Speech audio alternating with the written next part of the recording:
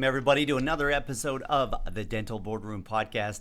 I've got to apologize. I have been out of pocket for the month of October.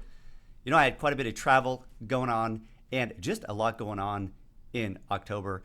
As we're heading into Q4, we get very busy around here at Practice CFO because we are staging all of our clients to stick the landing for the year with their W-2, their tax planning, their cash flow planning, funding 401k and defined benefit plans, and just everything to get all the levers in their financial ecosystem lined up just right to minimize taxes and maximize output to their personal balance sheet and therefore help them accelerate financial independence, which is what we live for here at Practice CFO. And I am getting back on the podcast train here. As you know, I try to do 2 a week, except when I get out of commission like I have recently, but that's pretty rare. So I'm excited to dive back in. I've got some great podcast episodes coming up. I've got tomorrow with Howard Ferran. Many of you will know who Howard Ferran is. He is the founder of Dental Town, and we're going to talk about AI in dentistry, he and I. If you haven't listened to my AI series in dentistry, go back.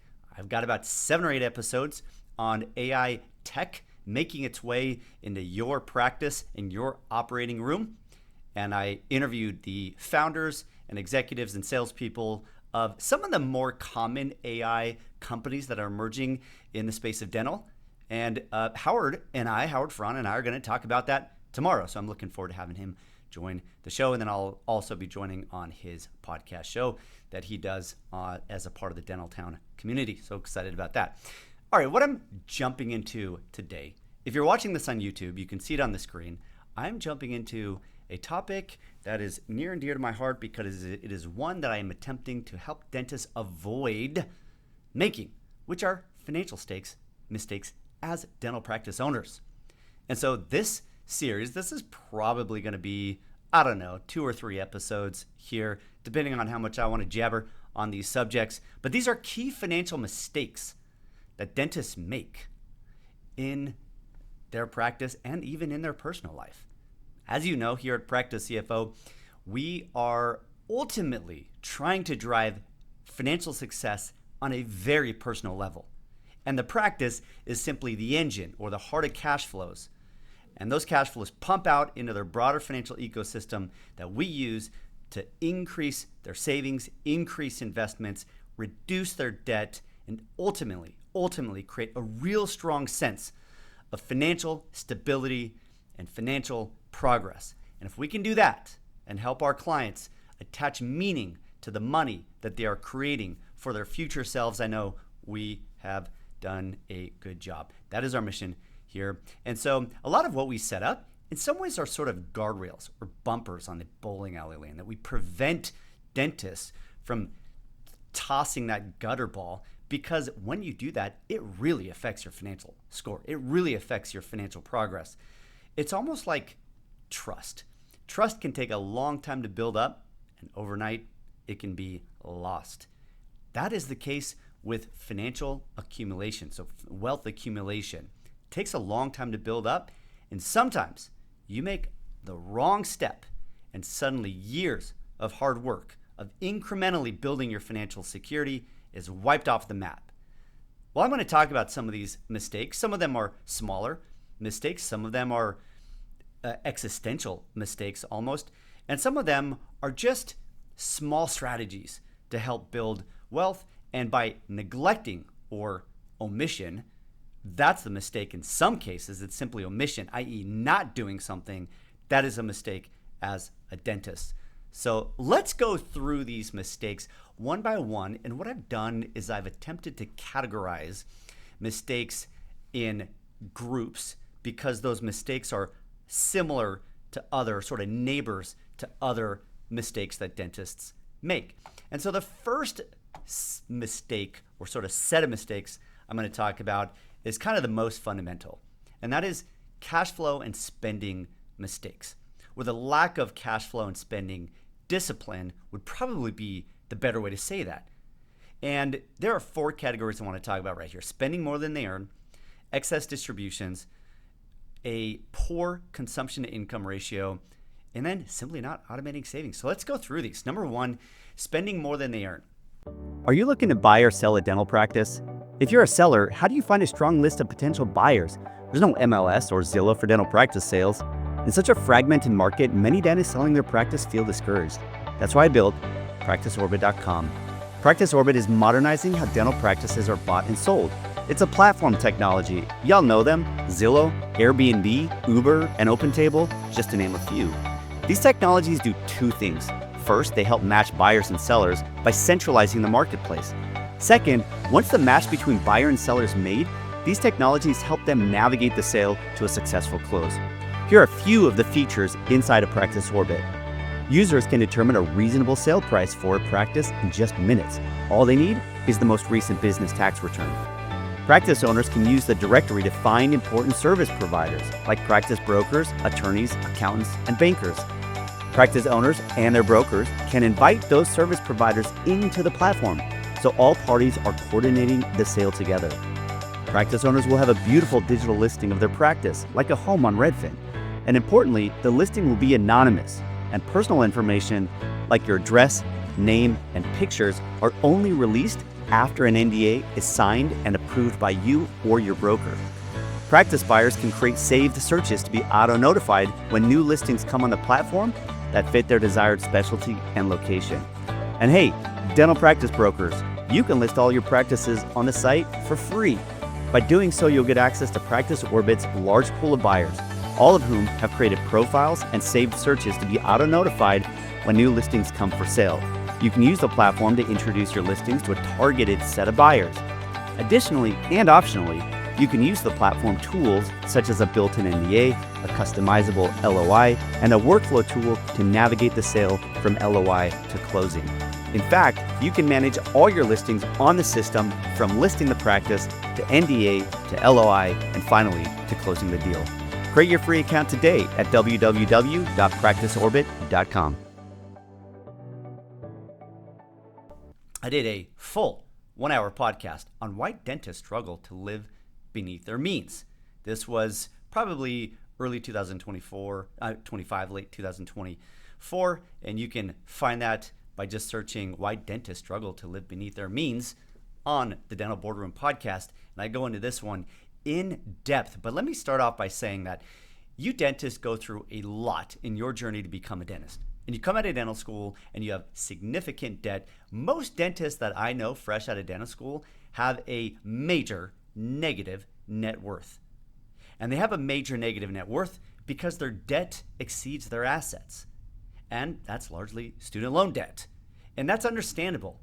However, I always put student loan debt in the category of good debt because you're essentially creating, through that debt, you took out debt in order to create an income generating aspect in your life. Now, in this case, it's not an asset, so I can't say it's an income generating asset like a stock that issues dividends, but it's your brain, it's your skill set. That is the most valuable asset that you will have that you can monetize as a dentist if you do that well.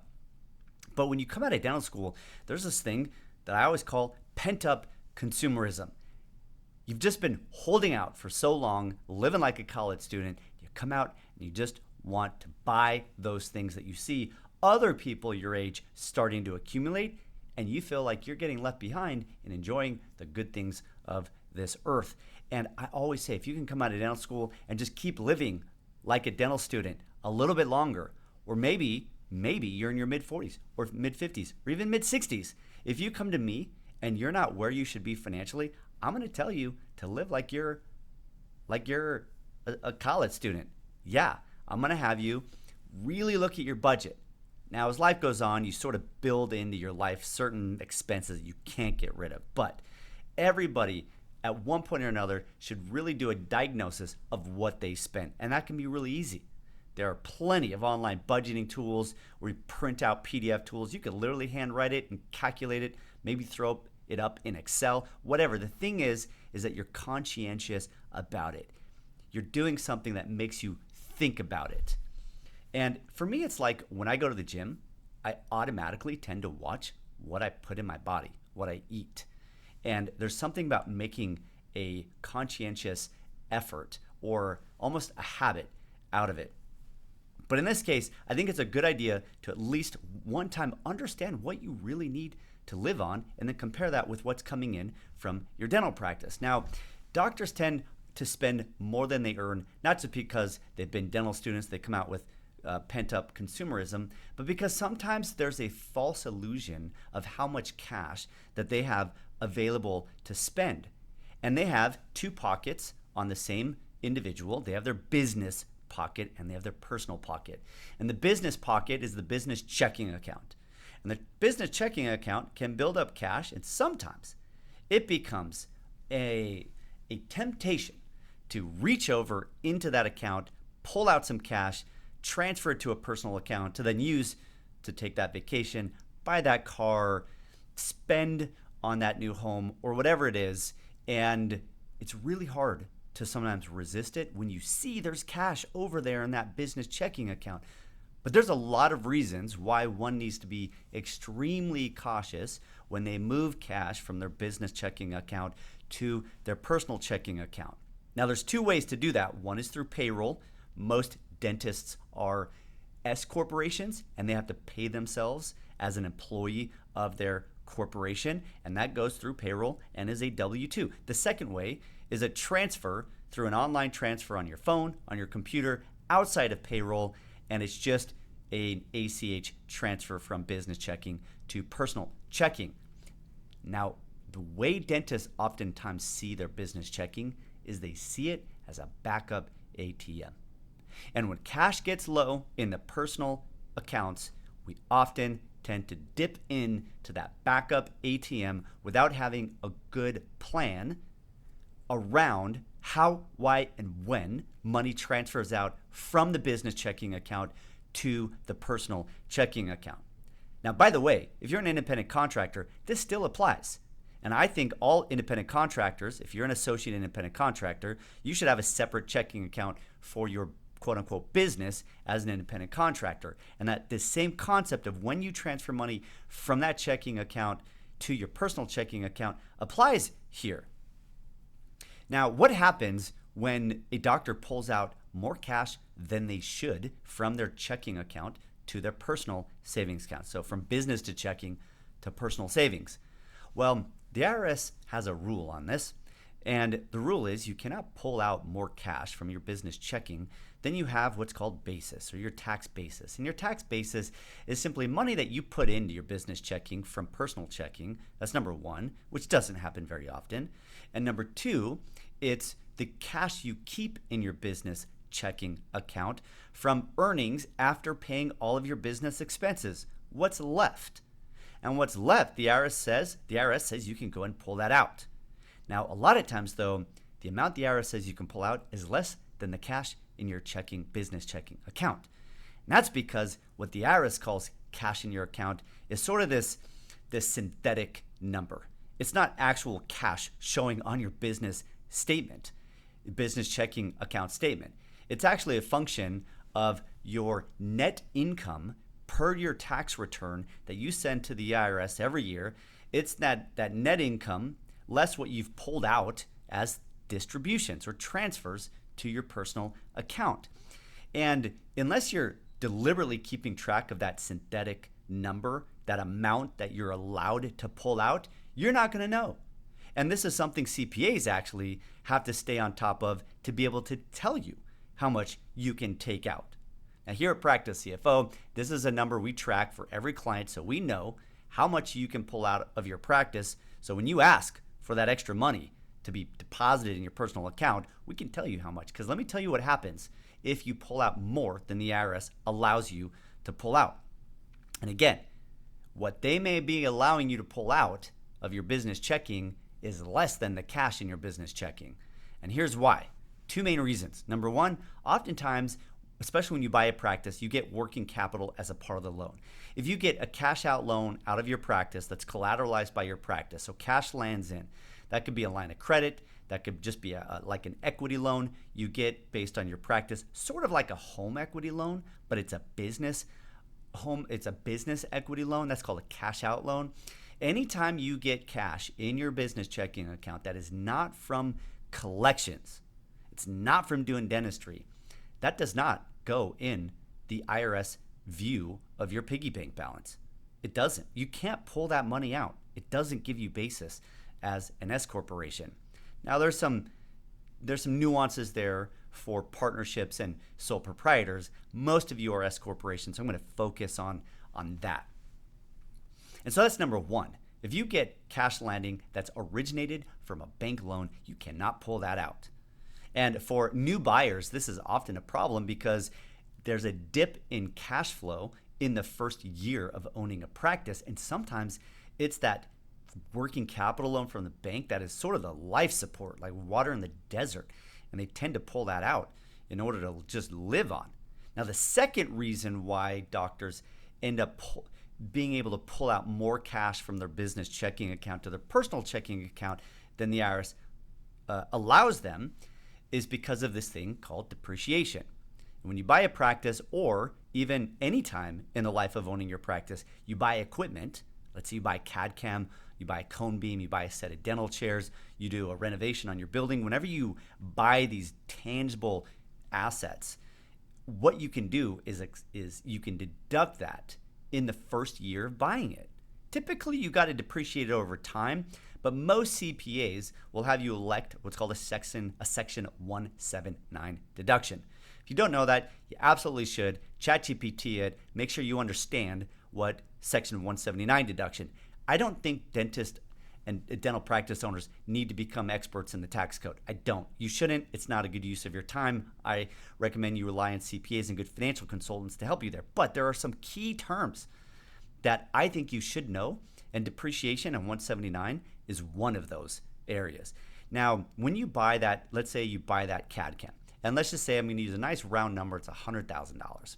You're supposed to deduct that over 5 years, meaning that if you literally came out of pocket $100,000, you're going to be out of pocket $100,000 and you only get a deduction of a portion of that. Let's say it's $25,000 in that first year.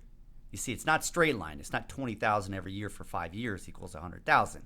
Instead, it's like $20,000 the first year, $30,000 the second year, $15,000 the third year, $10,000 the fourth year, and whatever's left the fifth year. It's this sort of unequal, front-loaded, deduction timetable over those 5 years. It's called MAKERS. Don't worry about it. Just know that when you buy that CAD/CAM, you're supposed to get the tax deduction over 5 years. Now, they make an exception, and the exception is if you elect Section 179, which is the part of the tax code that allows this, you can front load all $100,000 of that CAD/CAM to be deducted in the current year. So if your net income was $400,000 before deducting that CAD/CAM cost, your net income after deducting that CAD/CAM cost through a Section 179 deduction is $300,000, $100,000 less. And depending on your combined federal and state marginal tax rate, that might save you anywhere from $25,000 to $50,000, $25,000 to probably $47,000 because of that cost. Now, here's what dentists like to do is they like, and really it's their CPAs, by the way, it's their CPAs who pull this off. Dentists go and take out a loan to buy that CAD/CAM. Maybe it's a Patterson loan, maybe it's a Shine loan, maybe it's direct with your bank or a specific third-party lender, but you get a loan, and so in that first year, you literally come out of pocket very little or even nothing if it's a 6 to 12 month no payment period. So no money goes out of your business checking account. Your CPA elects the 179 deduction of 100%, and so in that year, you get $100,000 savings. So not only did you get a CAD/CAM that you're now using in your practice, ideally you're saving in your lab costs. Now, also, you just are going to pay $25,000 to $47,000 less in taxes, and guess who looks like a hero? Your dental supplier who sold you that CAD/CAM and your CPA who just saved you a bunch of taxes. And you're like high-fiving your team. Nice. This feels like magic. All right, fast forward the next year. Now you're coming out of pocket on that $100,000 loan. Let's say you're coming out of pocket $30,000. Let's say it's $2,500 a month. You're coming out of pocket $30,000. Guess how much tax deduction you get? very, very little. Just a little bit for the interest portion of that loan. But the principal, that $100,000, you no longer get a deduction for that because you took it in the first year. And that is called accelerating your depreciation or front loading your depreciation over those 5 years into the year that you bought that CAD/CAM.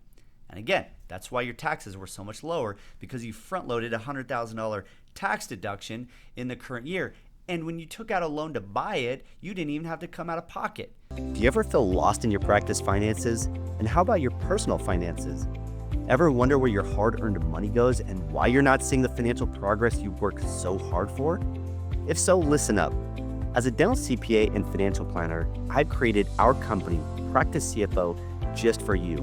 With almost 2 decades of experience, Practice CFO integrates great CPA services like accounting and tax with customized financial planning, both business and personal. Think of it this way. Our dental-focused CPA services give us the x-rays we need to clinically plan your global finances and be effective financial planners. It's a highly customized approach we call the CFO model. Historically, having a CFO or Chief Financial Officer was an advantage of large corporations only. But today, Practice CFO gives that same advantage to private dental practice owners. As a client of Practice CFO, you'll be assigned one of our dedicated CFO advisors. You'll receive insightful financial reports each month, have regular financial review meetings, reduce taxes, grow your wealth, and feel more in charge of your numbers. Because we believe that in the competitive landscape of dental practice ownership today, you have to be an effective business owner, not just a capable clinician. Reach out to learn more at www.practicecfo.com. So you get this huge benefit in year 1, but then you pay for it. You pay for it in years 2 through year 5 when you're paying back on that loan with almost no tax deduction at all. And so your taxes not only go up because you don't get that $100,000 tax deduction in the next 4 years, but you also have less cash to pay your higher tax bill because you're paying on the loan for that CAD/CAM. And so everything reverses. First year, your CPA looks like a hero, and the next 4 years, you're fighting. You're fighting with your CPA. Why did my taxes go up so much? This doesn't make sense. Well, Doc, it's because we got that 179 tax deduction last year, yada, yada, and now you're having to pay on this loan, yada, yada, and it's put you in a tax crunch. So what do you do at the end of the second year? Well, you go buy another really expensive piece of equipment. Maybe it's a cone beam, maybe it's 5 new dental chairs, whatever that is, and then you do the same thing. You finance it through debt, and you take a Section 179, and it saves you for that second year. But guess what? Now it's triple the trouble in year 3 when you're making payments on the CAD/CAM and the cone beam or whatever it is you bought. So now you may have $40,000, $50,000 going out for that year with almost no tax deduction as well. Taxes going up, very little tax deduction. You got a bunch of money going out to pay the debt, and it puts you in a cash crunch. This is a trap. This is like it's a depreciation trap, and so many dentists get lost in this, and it is a huge mistake, which is the theme of this podcast. Mistakes, financial mistakes that dentists make, is they end up being lured in from a CPA who is short-sighted and a dental supplier who's just trying to do a good job. I love dental suppliers. I have a great relationship with them. But a lot of times what they will say is, hey, you get this free tax deduction called a Section 179 deduction. It's not a free tax deduction out of thin air. All it is it's just accelerating the full deduction of that cost into the current year. That's all it is. It's just a timing difference of when you get the deduction. And when you front load the benefit into the current year, you end up suffering in future years. So what I always recommend is that you try to time the deduction with the outflow. So if you take out a 5-year loan for that CAD/CAM, then don't accelerate the depreciation. Take the depreciation over the 5 years so you're mapping or you're matching the tax benefit with the cash outflow to buy that CAD/CAM. You want to map those. Now, occasionally there is a reason why we will accelerate the deduction even when we finance it, but that's kind of the unusual circumstance. And we'll do it for a very specific strategy.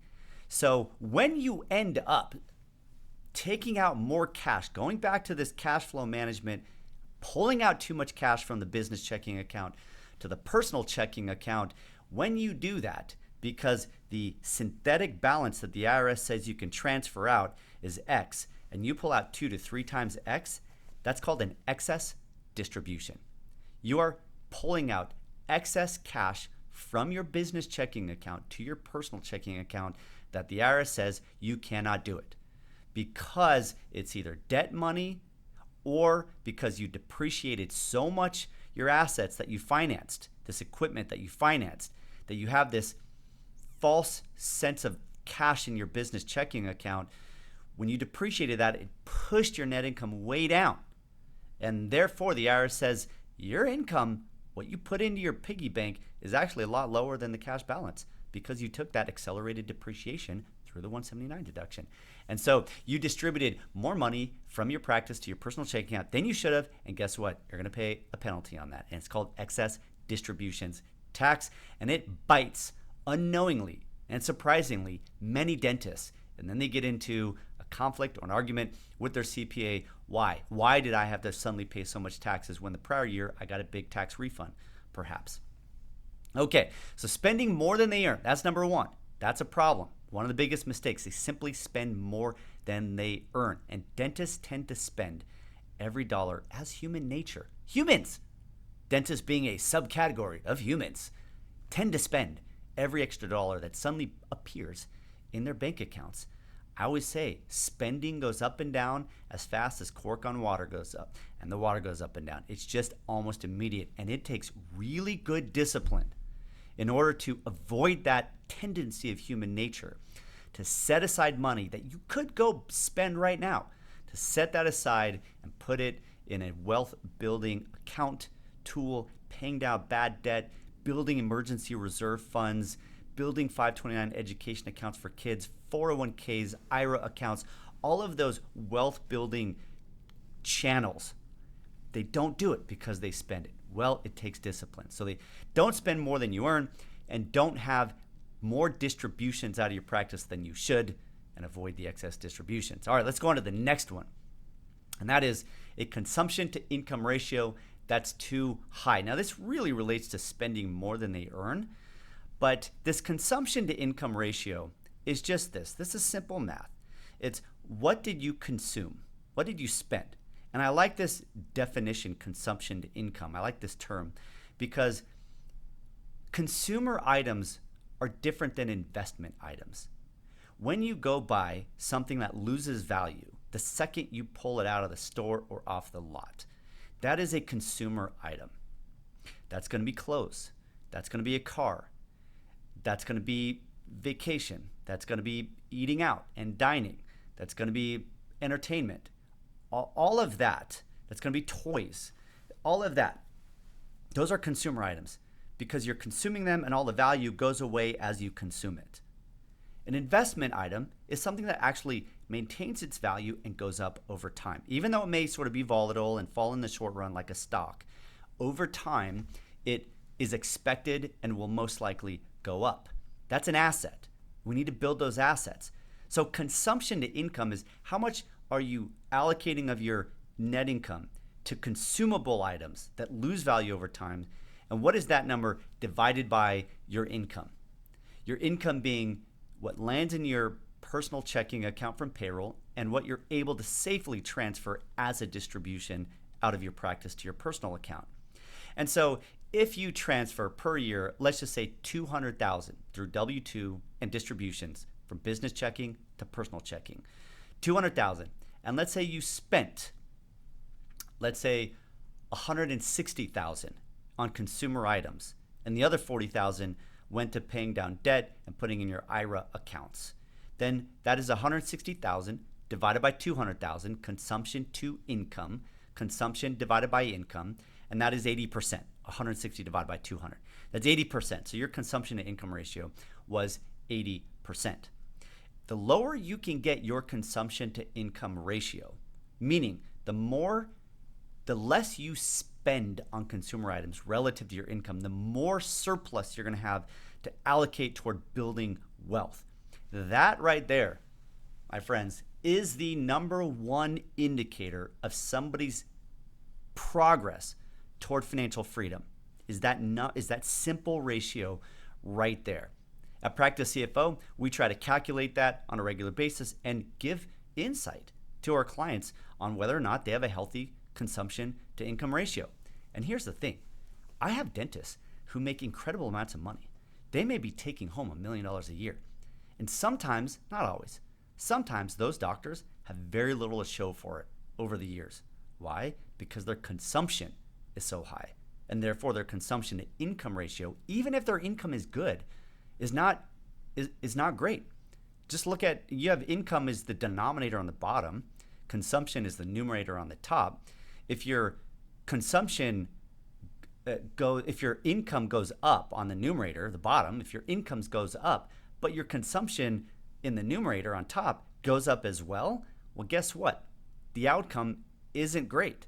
And so I have some younger doctors or doctors who maybe don't have as much income, but they're just so good at defense and how they spend money. They don't overbuy their cars. They don't overdo their house.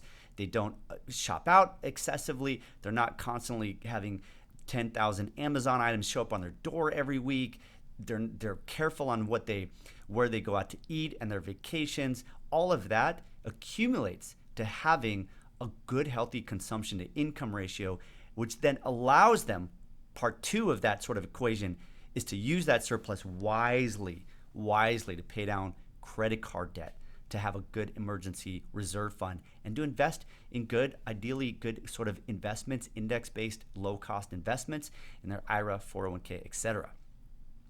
And I will also say those doctors who are able to live on a low budget personally, it allows them to have more money retained inside of the practice to invest in growth through practice management consulting, good technology, good marketing, good financial consulting like Practice CFO, good CFO services, all of that. They're building that engine, that platform of really strong practice operations and success, which then that investment ends up being sometimes having the best return on investment, or ROI, is that reinvestment in the practice.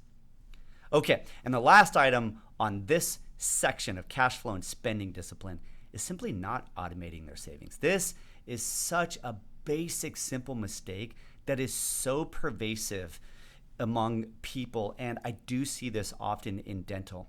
Setting up automatic savings is so easy. It doesn't matter which bank you have. They all can have you do automatic savings. Now, there's different ways to do this.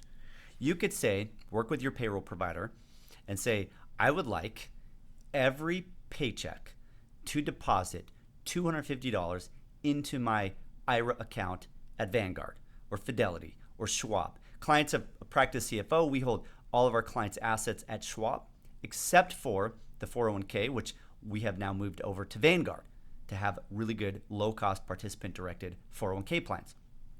But you could set it up to automatically just deposit that amount as a part of your payroll. So let's say your payroll, you net your payroll to be $10,000. Maybe it's $15,000 gross. This is for you personally as the doctor, not your employees, but you. Let's say it's $15,000 gross. You have a couple thousand going into federal taxes, maybe $1,000 into state taxes. You got some going into FICA, that's Social Security and Medicare. Maybe your health insurance is baked in there as well. And what's left is, and ideally you're funding your 401k. That should absolutely be automatic. That's a no-brainer. Just simply say, what is my max 401k contribution? 2025, that's $23,500. Divide that by the number of payrolls in the year. If you're twice a month, that's 24. If you're every 2 weeks, that's 26. And just set that on autopilot, and it deducts the right amount to max your 401k every year. But in addition to that, you can have $250, $500, $1,000, $5,000, $15,000, or some of our clients, $30,000 or $40,000 being deposited into trust accounts, brokerage accounts, IRA accounts, etc., in a very, of course, strategic way to maximize the ultimate growth on these. But you can set that up through payroll, so it's just automatic. The other option is outside of payroll. You just have an automatic transfer from your business account to a personal savings account.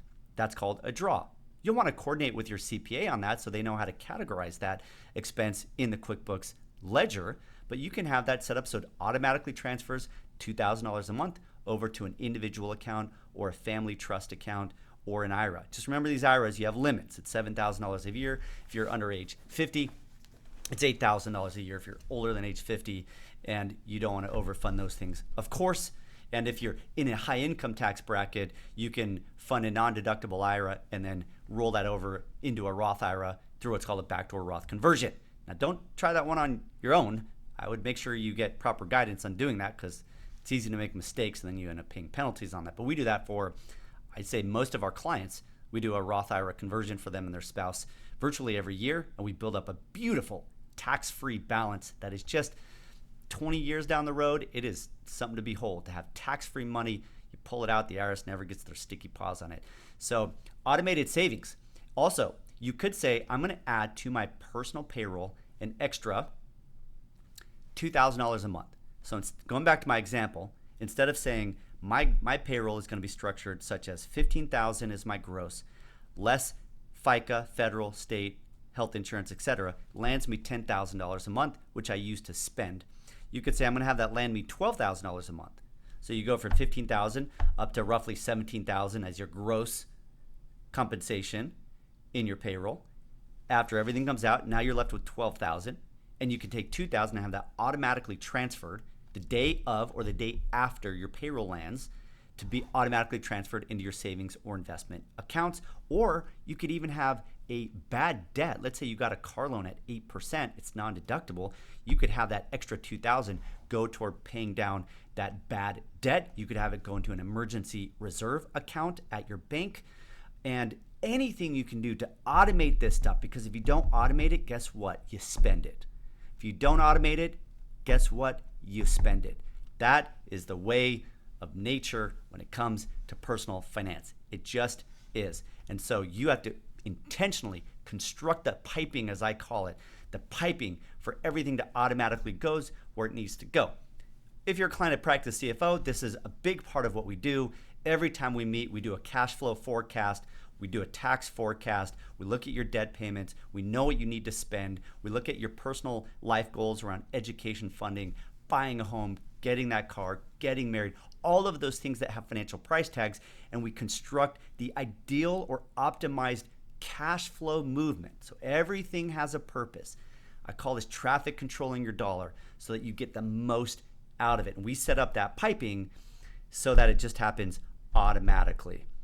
That, everyone, is the first category of mistakes that dentists make. To summarize, number one, spending more than they earn, which is simply having too high of a consumption to income ratio. Money talks and wealth whispers. You see this all the time. I cannot emphasize this, how true this is. So many of the people, I would say the vast majority of the people you see living a high lifestyle do not have the justified income to live that life. And what gives is they're behind in taxes, they don't have a whole lot saved, they have a lot of debt, and they're living life today with very little regard for the future.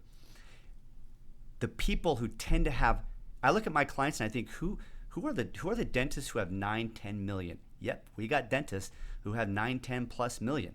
It's been because their whole career they lived so far below their means, and in every case they have a very profitable practice. That is true.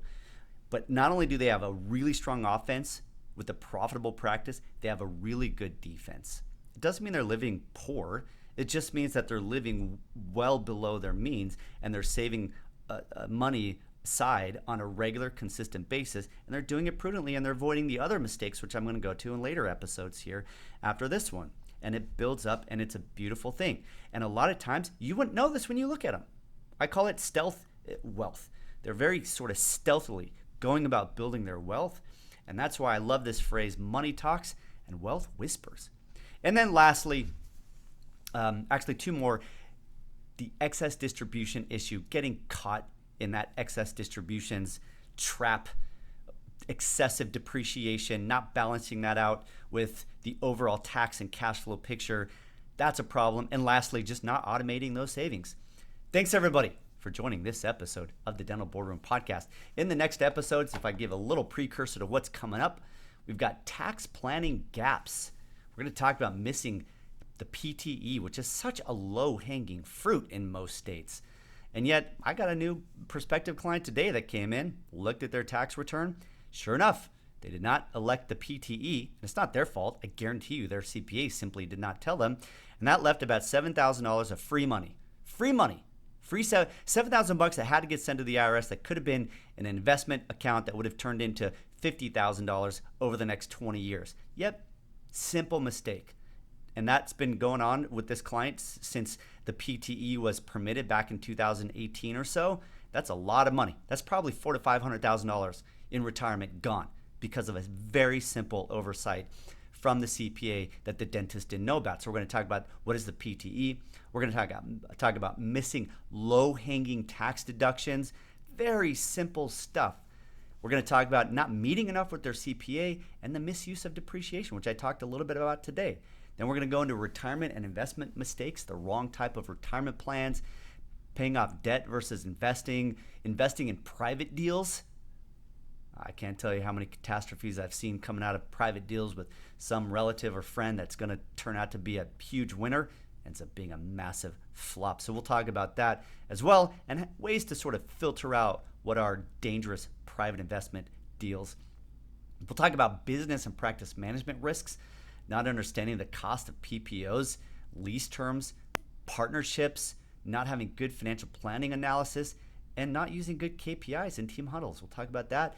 And then leadership and oversight failure. I'm not going to go over these right now, but we're going to cover those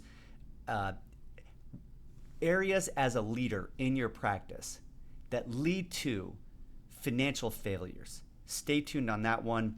And then lastly, how much should you pay yourself as a W-2 in your own practice? So insufficient W-2 income tends to lead to the IRS knocking on your door, and then they start to turn over every single rock they could find, and it is a nightmare. So what should the W-2 that you pay yourself from your own corporation be in order to keep taxes minimized, but also to keep the IRS at bay? So stay tuned for that. Thanks everyone for joining another episode of the Dental Boardroom Podcast.